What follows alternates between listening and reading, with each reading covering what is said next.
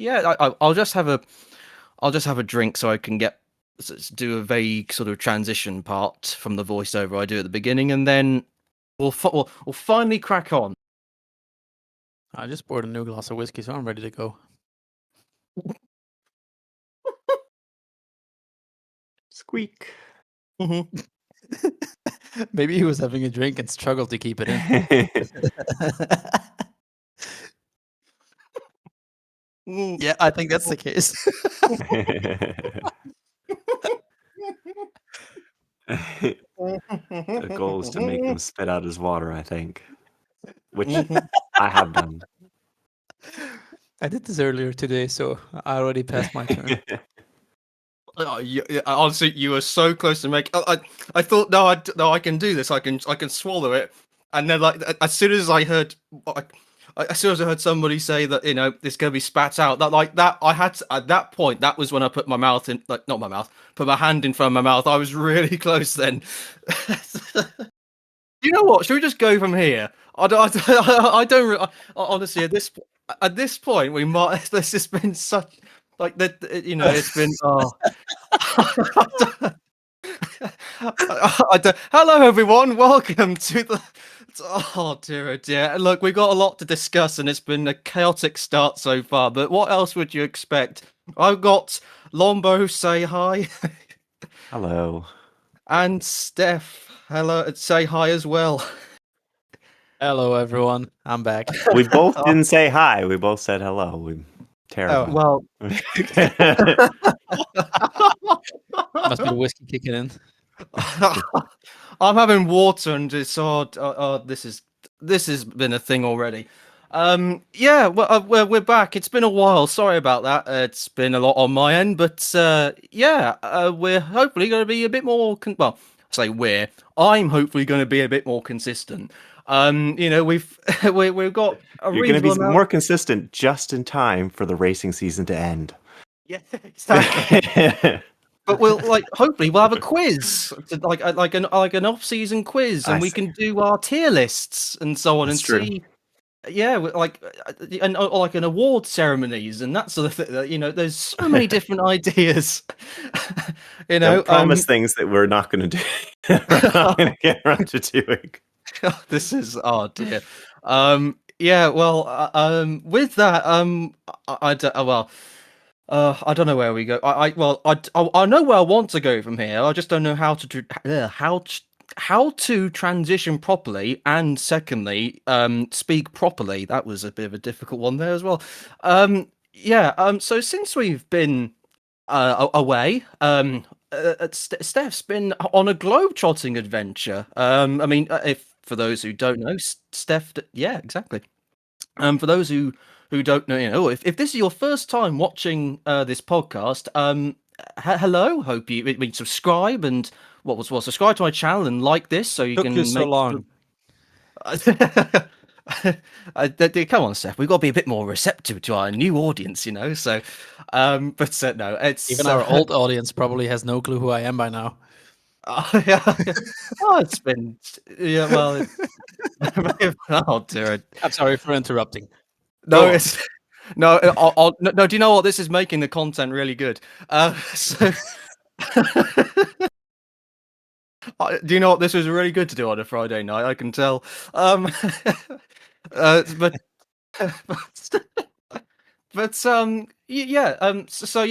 I say, Steph has been on a globe-trotting adventure, and for those who aren't aware, Steph is a data engineer. Well, Steph can explain in slightly more detail than I can, but I guess as I'm sort of the mainish co-host, Steph is, by trade or just as a hobby, I don't know. He's a data engineer for GT3 outfits, and he's recently been.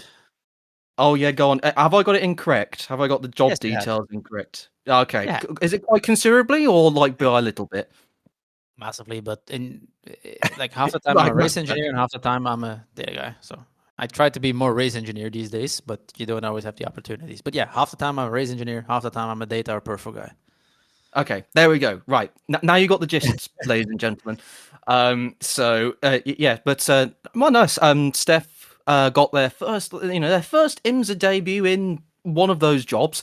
For the Petit Le Mans, a big marquee endurance race and so on, which is, very, very much deserved from Steph's perspective, and obviously they'll go into more detail about their experience.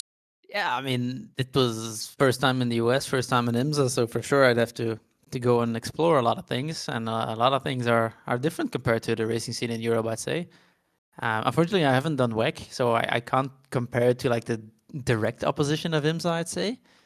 But still, like the first thing was getting used to is not having a pit box. That was something else. I've never had to set up a tent for my pit location. And yeah, just in general, like the pit lane, I'd say, damn, that's rowdy. Like genuinely, it's rowdy. It's really exciting, especially all the cars which leave with massive smoky burnouts. Like nice. But in general, the atmosphere of the event is just an incredible event. Um, you really get the feeling that it's something big. Like it's on the level with Spa 24 for sure, I'd say, because it's the biggest other one I've done. But yeah, all the stands you get around, all the people that are there, all the people camping out at the track and just having fun, all the fans flooding the paddock, and everyone's super nice as well. Like you can just feel everyone's there for the racing and just want to have a good time and is really happy to be there. So yeah, I honestly had a great time there. It was such a blast, and I hope I can do it again for a full season, obviously. But if there is one thing I can take away from this, and this is an advice to pretty much everyone, if you have the opportunity to go to a WEC or IMSA race, do it, because the Valkyrie alone in real life, my goodness me, does that thing make it worth your trip. Yeah, I was going to say, top 3 best sounding cars. I am genuinely debating whether I put it above my beloved Cadillac or not. Ooh. This is, I know they are unrestricted in the US, the Valkyries. So genuinely, when you hear that thing go past, you just get transported back to the 70s. Mm-hmm. It's so incredible that so that's definitely an American. It's an American only experience because they're the only ones that get it unrestricted. But wow, it's literally the only thing I can say about it. And they got their first podium in the race, which is really nice as well for them. So in general, positive weekend for the Valkyrie, I'd say. But yeah, and for sure, the event really, really cool. And people listening, if you ever have the chance to go to like one of these marquee events or any race in general, but these marquee events, go. Like the experience, the atmosphere, you notice it at all the big ones, like Daytona, like Petit, like Le Mans 24, like Spa, like the Nürburgring, all the big marquee events. Just go there for the atmosphere. Like you will not regret a single minute you're there. Like whether the sun's shining or the weekend gets flooded, I can assure you, you'll have a blast. And the best thing about it is that you can just go and start talking to the guys and girls next in the tent next to you, because they're there for the same reason, just to enjoy racing and have fun. So for sure, people, if you're not going to races, do it. Just do it. You'll have fun, I promise. Yeah, I mean, I obviously never been to. Well, I never. I have not been to outside of the United Kingdom shores, but I mean, Petit always looks like a fun event, and needless to say, when you've got especially when you got the likes of a V12 unrestricted race car going around, I think that's always a bonus and so on. And I mean, yeah, it was definitely a good race for the Valkyrie. I mean, a bittersweet good race for the SC63 Lambo. I don't know how to feel about that. Could have been better, but it could have been better. Close, very close.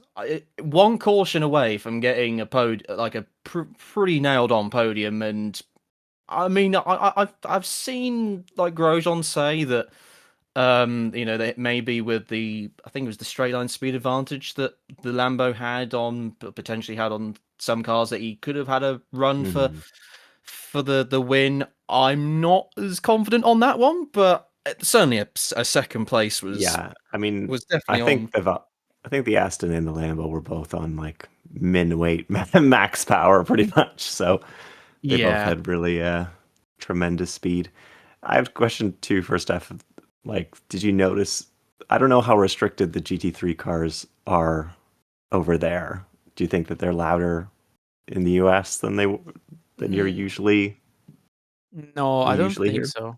It for me it sounded quite similar. The only cars I noticed differences were the Porsche Cups Mm, in whatever they were, and they seemed to sound a bit more muffled compared to the European ones. But maybe this was just interesting. a reflection on the walls. I can't say for sure. Maybe. The TCRs were equally god awful as they are over here. That's for sure. But Oh, no, in the what about the in the Mazdas? GT. Did you get to hear the Mazdas? How ear splitting they are. Oh my god! Like when a pack of those comes by, Yeah. I mean, the race was at Road Atlanta, but I'm sure if I was at Daytona, I could still hear them. Yeah. That was They just, are loud. oh my! This is just a straight pipe front to rear. It must be. That's what it sounds like. Yeah. Oh, jeez. But the racing was good from what I saw, but the noise, Mhm. it's like an angry swarm of bees. Yeah, Yeah, I know. that was an experience. Yeah, I know in WEC they restrict the GT3s. I think now. Hopefully they don't go lower than the 110 decibels in for the hypercars because that would make me sad. Yeah, And I don't. probably everyone else sad too.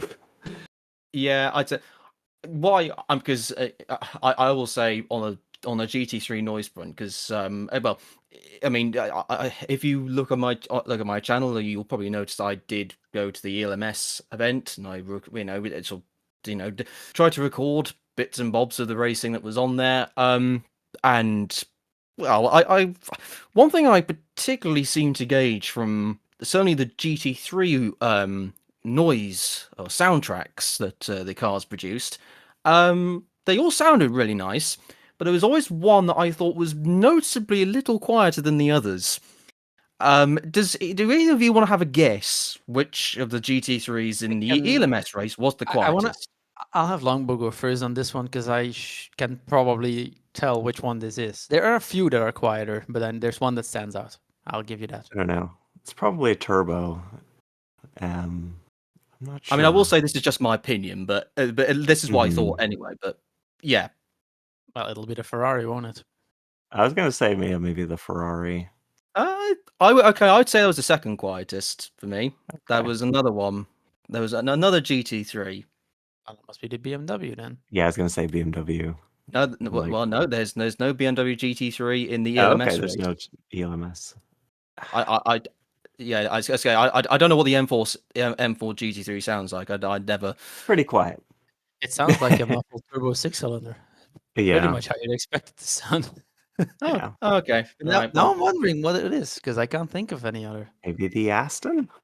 No, the Aston is quite burly when it comes by.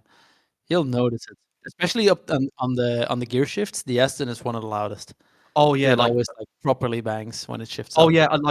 I can guarantee that I was on the Fridays. If you watch the footage, I'm sat at oh, it's called the BRDC Grandstand, but I can't, it's at I think it's at, not Brooklands, is it? Anyway, it's coming from the main from a long straight into a heavy braking zone, and the Aston like it sounds like thunder, but then particularly on the downshifts, it just goes bang bang bang, and it sounds like a visceral explosions Yeah. almost you can hear. It's a really not like maybe like when it sort of accelerates out of corners it isn't quite as loud as you'd anticipate compared to the others, but certainly in other aspects that Aston is quite pronounced. But Yeah. okay, I'll give you a We're clue on listening through like every other car, but maybe the McLaren. no, I don't know. maybe join with the front. Okay, okay, the little clue is it's one that you would not expect to be quiet. Okay. Well, maybe it is the Corvette. I don't know. You're correct, there you go. Yep, the Corvette was the Yeah, I thought was the quietest. I don't agree with this. Well, I mean, okay, it is up to obviously personal interpretation, and maybe my ears are weird, but like certainly for me, the Corvette sounded like it made a nice noise. Like you could hear that, you could sort of, it made a sort of, I say a whistle, but it was more than a whistle, but it was just, it was especially when compared to it, like especially on like the Sunday where it was, it was battling in amongst all the other GT3 competitors, you could barely hear that thing compared to, especially compared to like some of the others. It was I wouldn't have anticipated it, but and actually I guess particularly it was during the qualifying or during the LMGT3 qualifying, all the GT3s are mostly sort of interspersed, understandably, and also I think because the track conditions were sort of like a half wet, half dry. They were on wets, but it was because of that they weren't really as sort of on power, so to speak. But I was sat at Cops, and as soon as the Corvette accelerated, you could just about hear it, and then the next car along, which was only just come onto the coming to enter the Cops corner, even the Ferraris, I could, it would, for me, it would easily overpower anything the Corvette had noise wise, and it just doesn't, it just didn't seem right. And also now that I've seen it in person, it's really strange to see a chrome, a really silvery chrome Corvette. It just doesn't look very natural. So I think maybe it's running in WEC spec. I don't know, where it's like muffled to I don't 85 know. decibels. Funny thing about the Corvette is though, like if I were to ask you now, when passing through the pit lane on the pit limiter, which car is the loudest? I'd probably have to say the Corvette. Ah, maybe it's just different settings. I don't know. It's weird. Maybe it's weird. It's either the Well, Corvette or obviously the stupid Aston Martin, but in the US, it's probably not restricted at all, or like has no exhaust. So that's these cars are homologated though. No, but they do change specs. There's like the cars in IMSA are like way louder than they would be for WEC, which is like 85 decibel restriction for GT3 cars. It's definitely different than the spec that they run. I don't know. Otherwise. I don't buy for 1 second that they're running at 85. I do not buy this for 1 second because I know from experience what it takes to get a car like this down to 85. Maybe I it's do higher not than buy- that, but I don't Yeah. remember what I don't remember what the restriction is. If it's the normal expensive track day restriction of 103, that might be where it's No, I at. don't think so. I think it is less than that. If it's 85 is impossible. No way. Like I can't, because then you'd need to have. I think even with the Okay, maybe it's with the Nord 100. Life. It's 100. Ah, It's I was like, 100 for the GT3s and what's 110 the for hypercar. what's the NLS limit again? Because I know how the Nordschleife dampers look for these cars, but even then, I don't think you can get to. I mean, I don't know, but I will say, and someone maybe in the comment section, or either one of you two will have to correct me. But all I will say is that I don't know if the GT3 specs between the European Le Mans Series and the Le Mans Cup. I don't know if I don't know if there's a difference between them. But all I will say is that, personally speaking, I couldn't tell because on the Friday they did because I think it's always the best representation on a Friday when it's not just sort of what's the word? But like there's not like class intermingling. Like on the Friday, you can have a GT3 kind of run all by itself, and then maybe an LMP3 and LMP2s etc. running all by themselves. But certainly I could hear the Aston from the ELMS event, and then the Aston that was running in the Le Mans Cup. They sounded exactly the same, and they were, and again a similar. I mean, I didn't have a decibelometer with me. I don't know. I know WEC and IMSA. I know there's many differences there, but at least personally speaking, if there is supposedly a difference on the decibel level of GT3 cars in Le Mans Cup and ELMS, I couldn't personally tell. Certainly the Aston was the best gauge of that, and of the many Ferraris there were in both events, they seem to sound exactly the same to me as well. But I found that they said that the Corvette GT3 is about 12 to 14 decibels quieter than it used to be because of the exhaust restriction. okay, Yes, I can imagine. That's pretty significant. yeah, It's actually I would. because of decibel scaling. That's like quite significant. It's a different type of noise that it's making now, and that's also a big factor because like the Lambo is loud and the Mustang is loud, but they're a different kind of loud. Mm-hmm. Yeah, The Mustang is a deep growly loud, while the Lambo is a very high screeching, shouty loud. That's the Which one thing is too a very about the different decibel. experience. So That's another thing about the decibel thing is that it tends to be more lenient on lower frequency sounds. So like the yeah, Cadillac can get away with being a little bit louder just because uh, it's a lower frequency sound than a high pitched sound would be. I mean, that makes sense. I will say, just as a reference, that ELMS event was absolutely brilliant. The only thing I would say is for the event organizers to correct in the future or to improve upon for next year's event, please open more grandstands for particularly the Sunday, because there wasn't enough. I mean, I know that maybe extenuating circumstances happen because the race was pushed forward an hour because of a rain shower, which I can guarantee you, having been there, was the correct decision, because it did, yes, it rained very heavily. But please open more grandstands, and I think, especially considering I feel like the organisers maybe weren't quite as. I feel like what happened is that the organisers, particularly for the Sunday, they were not expecting the amount of people that ended up turning up on the Sunday, because it was like they could have opened a lot more grandstand, and it'd probably look better on. Not that I don't think the ELMS event was on TV in the UK, but if it was, they could have easily filled out the grandstand and filled out more grandstands, and it would have looked better still. But no, it was, it was, atmosphere was great. The people, the staff, the staff there were brilliant, and they did a fantastic job. The access for the crowd was brilliant for the pits. You could get really up close to to garages, particularly a support paddock. And particularly the one bit I really liked was, you could try the new update for, well, it's not new now, but at the time it was, and the new update for at Silverstone being added to Le Mans Ultimate, and you could try it for free on something that wasn't even publicly available at that point. I thought that was, again, it's just those little details that, I mean, aside from the experience itself, the racing act, the race itself was very enthralling. So yeah, that's just my thoughts on it. Bodes well for the WEC coming back to Silverstone, hopefully. Yeah, Since ELMS got such a positive response, which I know they said they're sort of gauging how good the response is. It sounds, if it's overflowing, I think that's a good sign.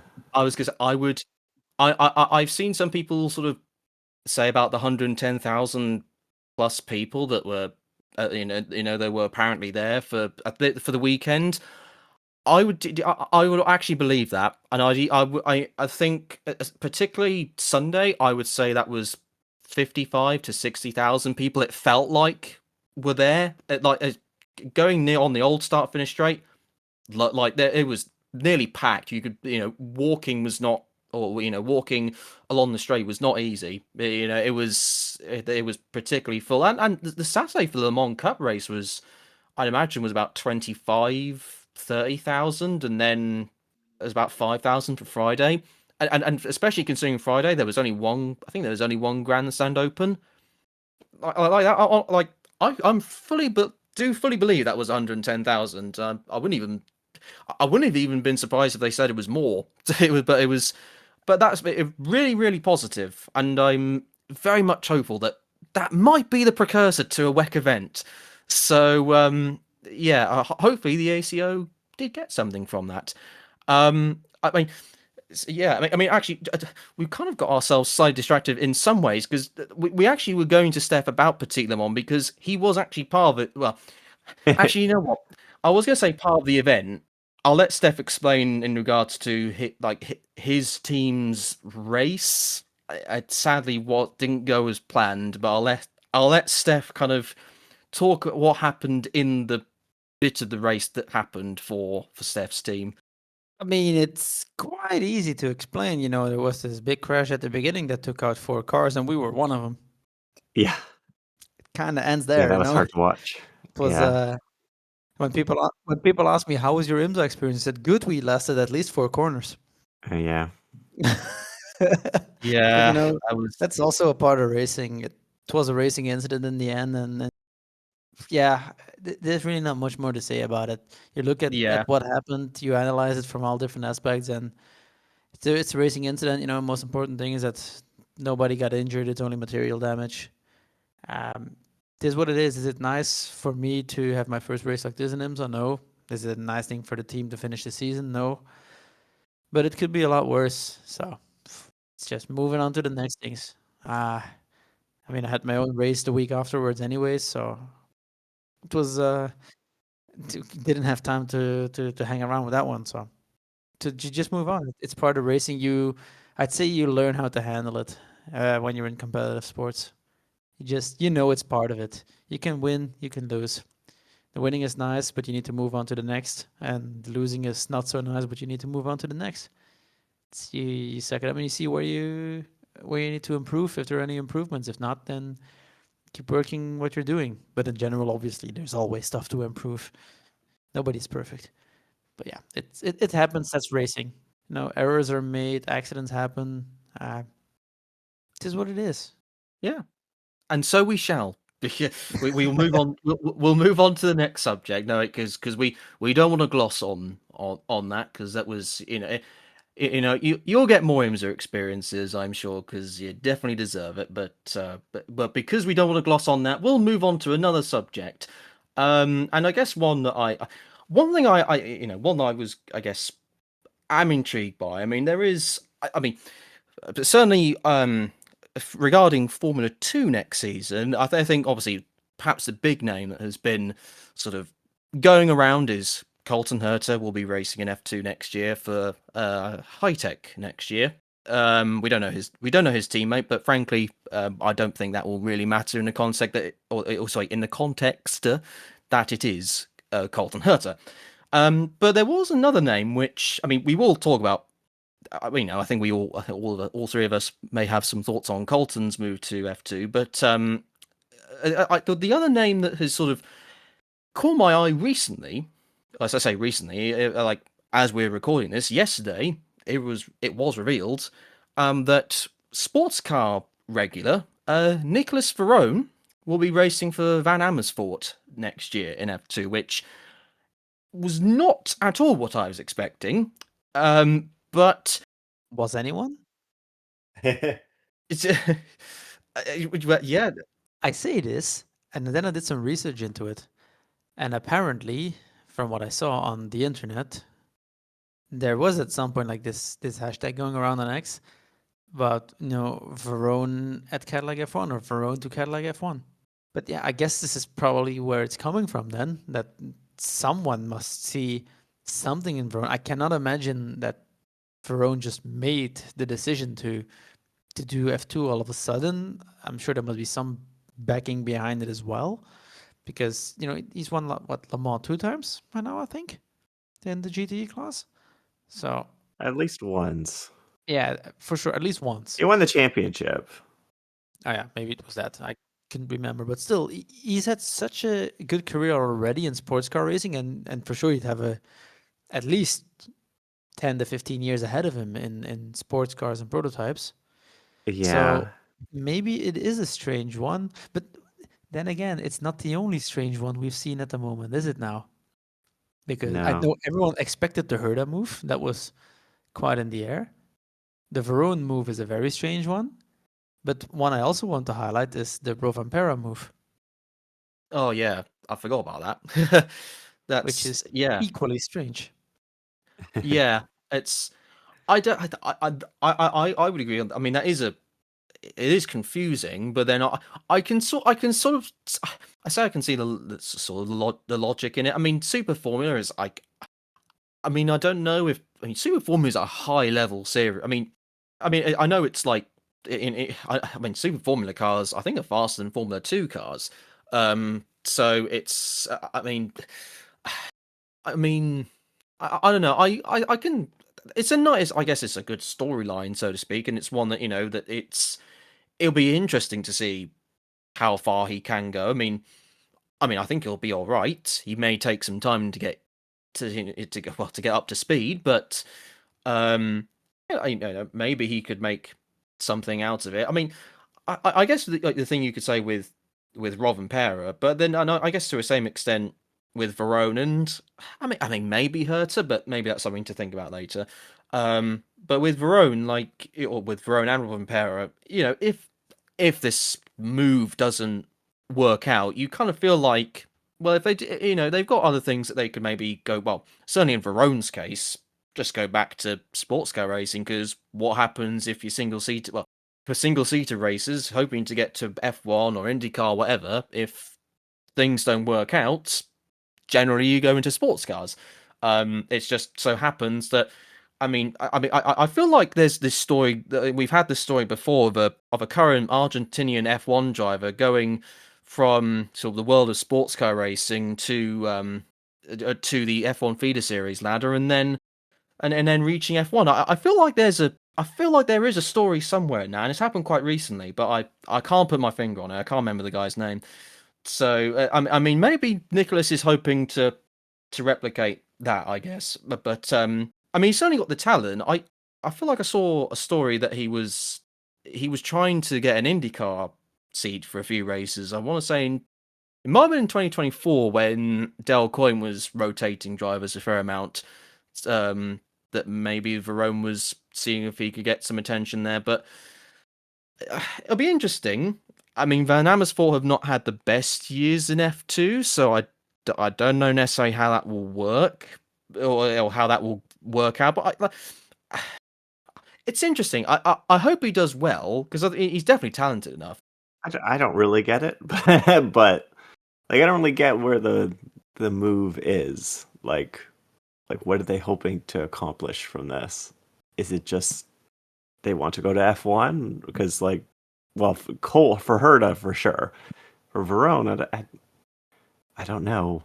I don't see where your career could really go. I guess, as you say, maybe Cadillac F1, but Yeah, it must be the Cadillac it path, must be because that. But there's I no don't other know. reason. If it I was for feel like IndyCar, it that's would be next. I feel like that's such a. I mean, I guess they have two older drivers as it is. I guess it's not out of the realm that they could both retire at some point in the near future, and then you get your chance. But I don't know. The F1 driver pool is saturated, and it's sort of, I don't know. I mean, what about somebody else who never even got their F1 chance? And what about Vesti? He currently drives for Cadillac, and he didn't even get a chance. What is he not? He's not going to get a chance with Cadillac, and Verone has to prove himself. Meanwhile, Vesti's just sitting right there. I don't know.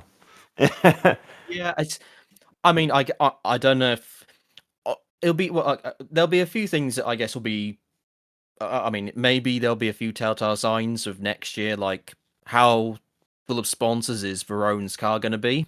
That may tell us a story, and whether, and how many of these are sort of, whether they'll be like Cadillac backed, and sort of like whether he'll become like a Cadillac test reserve, like similar to Colton's role, so to speak. Whether that might be a link, or whether it's Argentine backers who want to see him get into F1. Which, I mean, I don't know how that sort of puts Franco's position.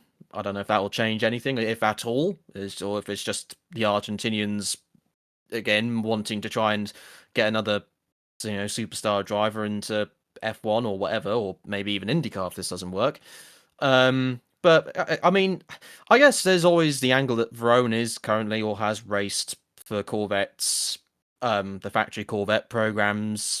What for? I think did a single year for the World Endurance Championship, and is doing or what did do the endurance races for the Corvette team in GTD Pro in IMSA this year. Obviously, he's known for being a Proton hypercar driver in a Porsche.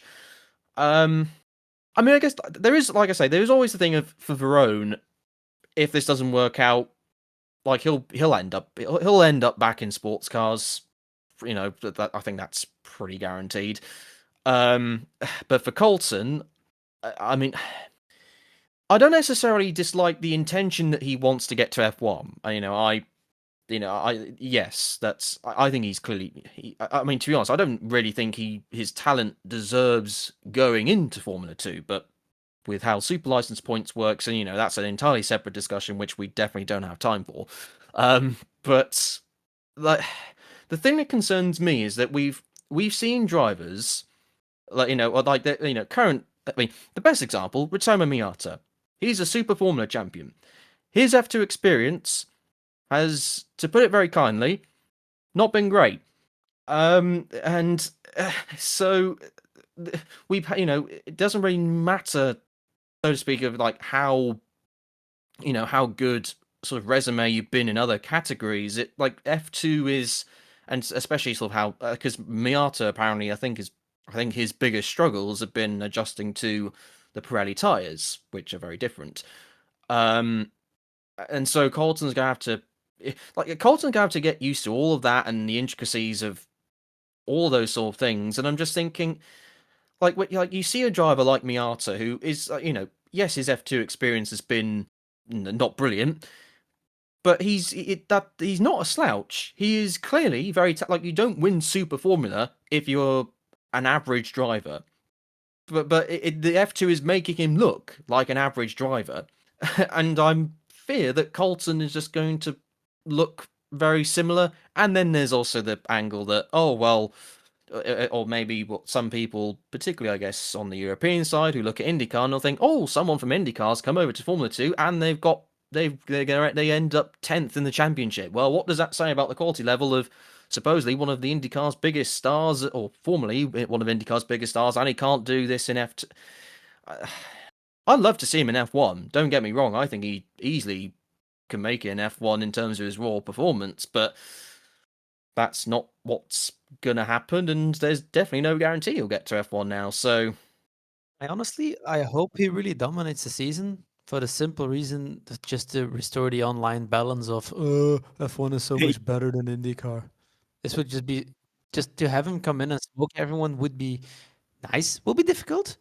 Yeah, I don't expect him to struggle that much. you would Obviously, hope. quality wise, I hope he can adapt quite quickly. I'm certain he won't be the worst, and I'm honestly quite certain he'll sneak in a few podiums at least, maybe even the odd victory or two. But I'd hope that he can, properly manifest himself in the championship and even go on to win it.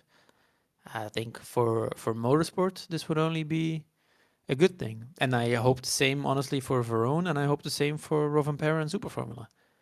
Because what this would genuinely only mean for me, together with all the stuff that Max is doing on the side next to F1, it would just prove that the best drivers are indeed just the best drivers wherever they go. And generational talents exist, and they are just very, very good. So, yeah, I hope that the good stuff comes from it. Will it be easy? No, but hey, tell me what in racing has been easy. It won't be, for sure, it won't be I'll just show up and beat them all for Colton. Yeah, That's never gonna happen. it's I a just hope risk. that, yeah, I hope It's a his risk. mindset is the good one though, and that he is preparing the way he should prepare for something like this. I think another thing too is like, of course, it's kind of like IndyCar where, ostensibly all the cars are equal, but we know that they're not all equal. you know? I mean, it's like I agree with you. It is a risk. I mean, high tech is one of the better. So, they have had a decent. Well, so far this year they've had a decent year, and they've always been consistently decent in Formula 2. So it's a good seat to be in.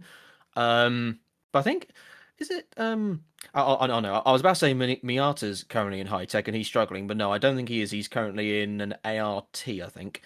And then I think he was in a roading car in 24. But anyway, but no, high tech is a good seat to be in. But yeah, we'll have to see. I guess for those of you who are sort of keen followers of F2 and aren't aware, there are other seats that have been filled. It's for next year anyway. There's not been. I mean, I am aware that 2025 hasn't actually finished yet for Formula 2. But anyway, that's by the by. In terms of other seats that have been filled, Martinius Stenshorn is going to Rodin next year. He's doing a few races with Trident to end the current F2 season. Joshua Dirksen moves over from AIX to Invicta next year, which I think will be interesting. He's been a pleasant surprise. He's been unexpectedly fast, I would say, in an AIX vehicle. Dino Beganovic is in a dam, or will be back in the dams after his first F2 races were for that team. Campos have got their full lineup sorted out. They've got Noel Leon, who I think is better than his F3 results suggest, and perhaps the same with Nicholas Solov too. And then AIX Racing has Kian Shields for his, well, I guess second full season, but he has done part season in 24. And then there's Emerson Fittipaldi Jr., who so his father is Emerson, the Emerson Fittipaldi. Oh, I'm just not my microphone. So Emerson Fittipaldi Jr. is the son of the is it the Emerson? Yes, it is the Emerson Fittipaldi. And it's as along with many, many, many other Fittipaldis that have got to go into high echelons of motorsports. I don't know if this is I mean, he's going from F2 after being in Eurocup F3 and a couple of Formula Regional events. I hope he look. I hope he does all right. I wouldn't say his current resume suggests that he's quite ready for F2 yet, but we'll have to see on that one. But yeah, that's all the all the current F2 seats for next year, Phil. I mean, there's multiple others where, ART haven't signed anyone, MP haven't signed anyone, although it is confirmed that Richard Verschoor, who currently races for MP, won't be back in F2 at all next year. Will be interesting to see where he ends up. Probably not in F1. I mean, he's definitely got a lot of talent, but it probably won't be in F1, so I imagine sports car teams and He seems like the kind of guy who'd end up in a P2 somewhere. I think so. Yeah, that would make the most sense. Good on him. He's a good driver. I've always rated Richard very highly, so I hope he ends up in a competitive P2 seat or something. Would be nice for him. You don't win the Macau Grand Prix for nothing, do you? So exactly. You got to be pretty good.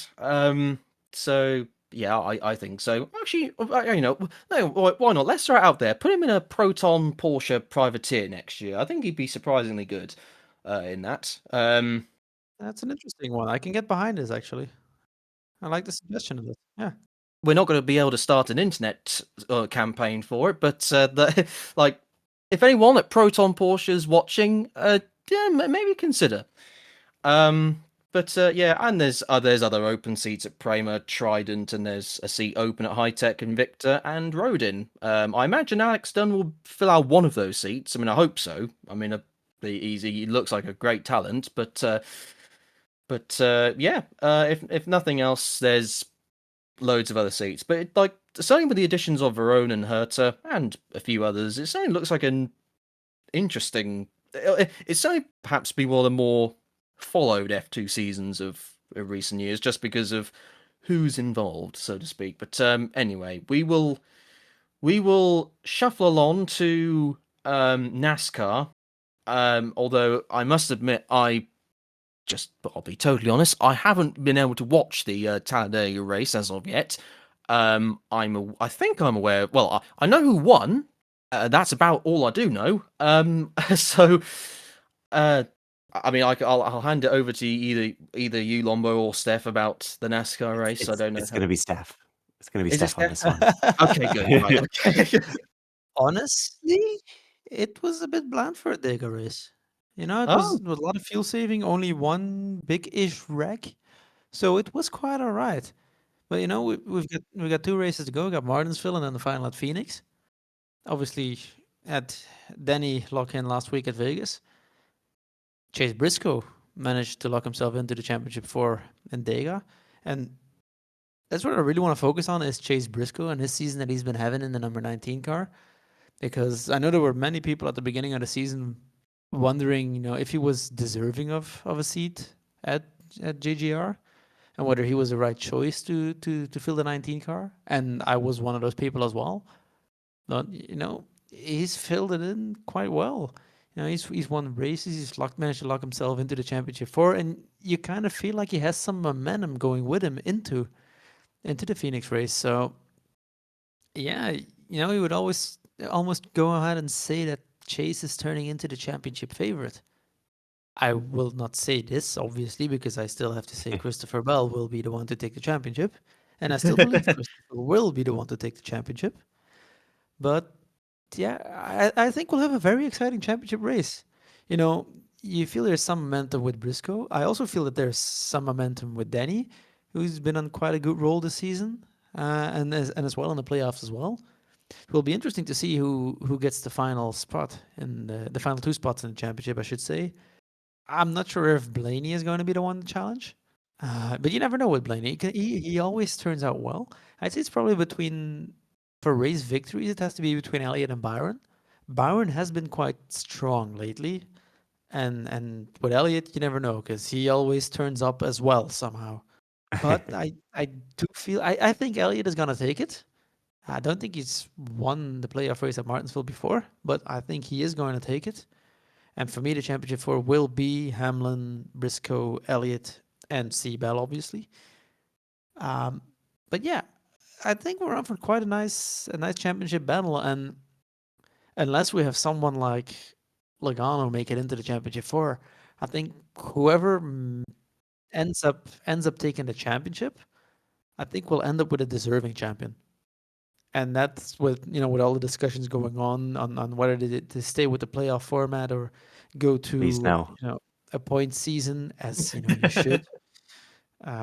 Yeah, I think for for the first time in maybe a bit of time, at least in my opinion, we'll get a championship decider, which is actually a good one, or should be a good one, where the people fighting for the championship, they're deserving of it, unlike last year. Mm-hmm. Yeah, I would. I would. To playoff wise, it's. I think we're all expecting it to be different. What it could be, I think, is. I mean, I've seen. I've seen there's been more momentum for just regular. Well, just a normal traditional 36 race championship. It just feels a lot more deserving and rewarding. Now, look at Xfinity, for example, or look at the Truck Series. Color Zilic, Corey Heim, they've absolutely dominated the season, and they are more than deserving to become the champions. Mm-hmm. But there is a chance that neither of those two will become the champions in Xfinity and Trucks.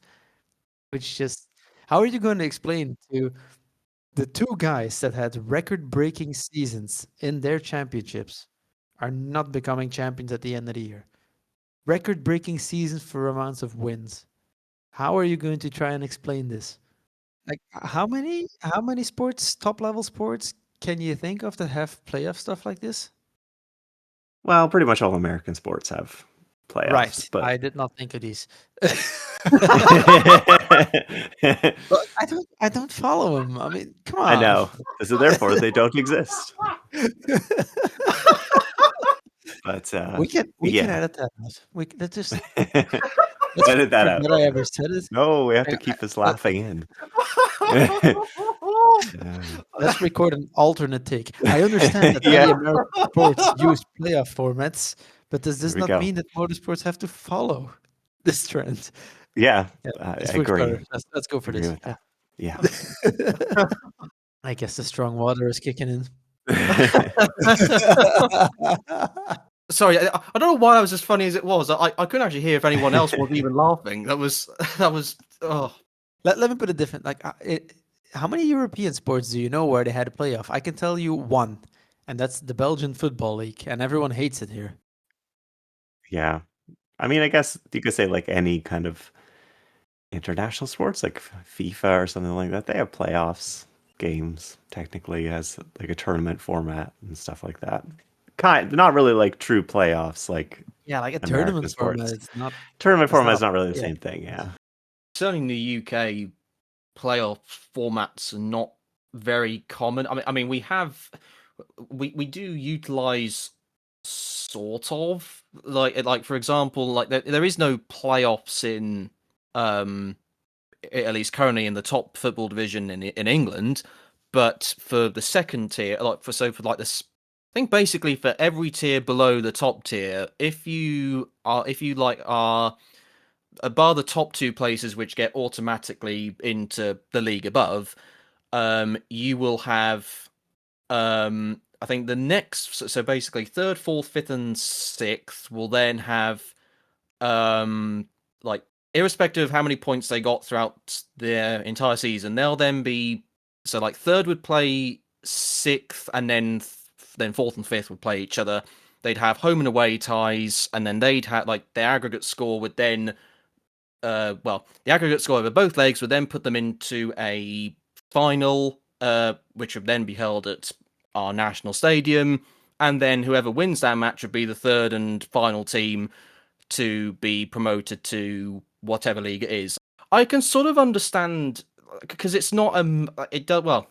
I guess it does can have an impact in some respects and so on, but it isn't totally overarching. Like it's still like the four teams that kind of they still did all right, but it doesn't like it's not for example like they go down to 15th place who are just totally mid-table, and then they'll just say, right, you in 15th place, you now get to play third place, and then if you win all your matches, now it's all relevant, and then you can somehow get your way into the Premier League. It isn't like that, and I think generally over here it's people quite like that, but they don't want anything. Certainly they don't want anything more that can kind of, I say, obscure that like it kind of dents the very traditional, like, because whilst I'm very much not a regular football follower anymore, I do know that in this country we do have a very passionate football fan base, and particularly fans towards their clubs, and I guess to how the English sort of football pyramid works, so to speak, with the leagues, and they want it kept as traditional as they possibly can, and they don't want massive changes. So I think it's vaguely accepted over here, but I don't think for many others, like certainly motor racing, you are not. I would let's just say if the BTCC adopted a playoff format, I think they get some response from the fans. I would imagine. Let's put it that way. Anyway, I think we've talked about NASCAR stuff and NASCAR stuff, and then we ended up talking about football somehow. That is the only time we're going to be talking about football probably on this podcast, I imagine. But anyway, we will now transition over to, I imagine, the final thing. Well, I say imagine the final thing. I mean, who knows at this point with how this podcast's been. I wouldn't hold us back from maybe doing unintentionally another 2 and a bit hours of this somehow, but this is intended to be the final thing. And it's the Van Gisberger, which, if you are new to this podcast, for those who don't know, basically, we find I guess, a funny or random left field moment from the world of motorsports that would be, that we think would be quite funny, or maybe it was along those lines. But for this particular episode, I'm trying something different. And it's going to be an unintentional game. And the game is called Should This Be a Penalty or Not? So, it should have a better title than that, but this is only a one-off. This will only be this episode. Well, most likely will only be this episode. But we'll be heading over to the TC America series, and I know this is a bit of an older clip, but I wanted to I guess, to include this because I'm intrigued as to what both of you think. So the clip in this, as is explained, is a TC America race at Road America, and this Toyota goes up the inside of the Hyundai. Now it looks like an ordinary move up until the point where they take a liberal line over the gravel and the grass. Now, my question to both of you is, should this be a penalty, or should this be a valid overtake? So, I don't know who wants to start, but would you say that's... Well, it gave back the position, so nothing wrong here. But if he didn't give back the position, yeah, penalty. Okay, right. Okay, so why do I'm interested. Why do you think then that was like? I know he went off the. Well, look, he went quite way off the track, and I know he overtook and kept. Okay, why do you think he should have been penalised if he didn't give the position back? Well, look at him. He's on a different track by the end of the move.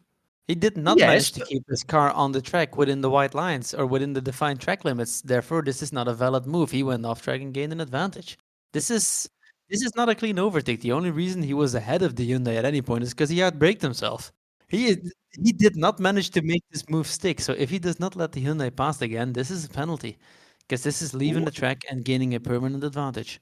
What I would say is it depends on if track limits are actually being enforced or not. Because this is a TC America race, it's possible that track limits just simply don't exist. So, in my opinion, I don't actually know how strict they are with TC America and how they define which part of the tracks are off limits or not. Because from what I recall, in like when they ran IMSA at Road America, like I think there was only one area that they were enforcing track limits on, and they weren't enforcing it anywhere else. So if they weren't enforcing it on that corner, I would say he wouldn't have to give it back because, yeah, okay, he went off track, but Let's look at the rule book.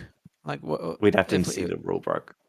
We need to see the regulations, what the regulations what's in the rule say about book? what the limit of the track is, and then if we know what is in the regulations, then we can argue whether this was valid It or could, not. but the race director could say something else on the weekend, though. I'm going by FIA rules as well, which is the white line. Yeah, if it was, So we need to know what the regulation is that's in place here before we can actually make a judgment out of it. But for me, this is, anyways, regardless of the regulation that's in place, this should never be a valid move. Because if this is it a valid shouldn't move, be. then you It might shouldn't as well be, cut but nevertheless. the chicane at Road Atlanta, T10, 10A and 10B, just straight line the shit out of that one. If it's not monitored as a track limit, and let's go for it. I mean, it's not a track limit, is it? The reason I ask is because in this case, if I'm thinking like if this move was made, okay, let's say someone attempted, like they followed the exact same path as where the Toyota goes, so they're both Indy cars. So ignore one's a Toyota and one's a Hyundai. Now the Hyundai, I believe, is front wheel drive only, and the Toyota is 4-wheel drive.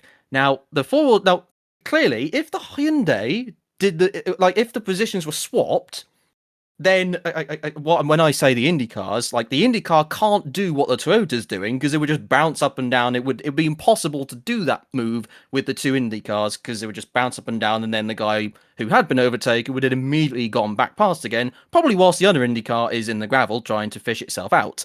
But and also in the same case of the Hyundai, if it tried to do that same maneuver and follow the exact same line the Toyota does, the Hyundai would definitely not complete the move because the Hyundai would not be able to sort of continuously like drag its front wheels out of the gravel quickly enough to keep the position ahead of the Toyota.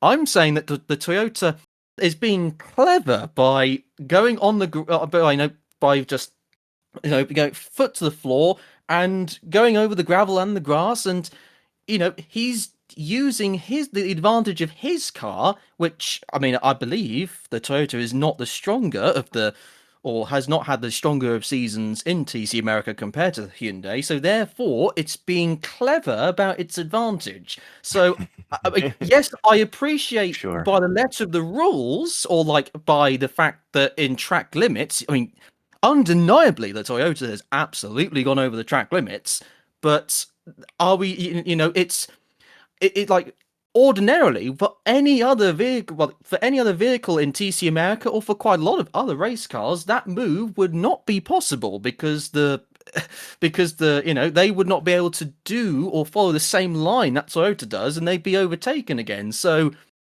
should we define our racing rules on whether a car is able to do it or not? Well, I say, in most cases, running off the track is not the ideal line because you make your tires all dirty and awful and, and stuff. It's not really like, you really want, like, as you said, you don't really want to cut through turn 10 at Road Atlantic because you're just going to get gravel everywhere.